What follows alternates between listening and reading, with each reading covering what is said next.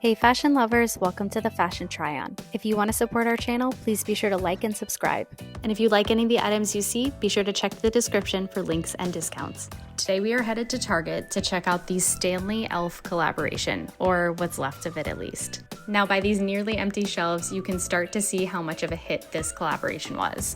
Now to my surprise, they actually had a lot left, and they actually had some holes in places where I didn't expect. So first off, let's take a look at the colors that were released in this collaboration. They are Jam Session, which is a lovely burgundy, the color of the season, Red Delicious, which is a bright red, Crystal Clear Night, which looks more like a midnight blue, Honey Talks, which to me looks like a silver, but I imagine it was intended to be a little iridescent gold, and Coral Fixation, which is a kind of peachy pink.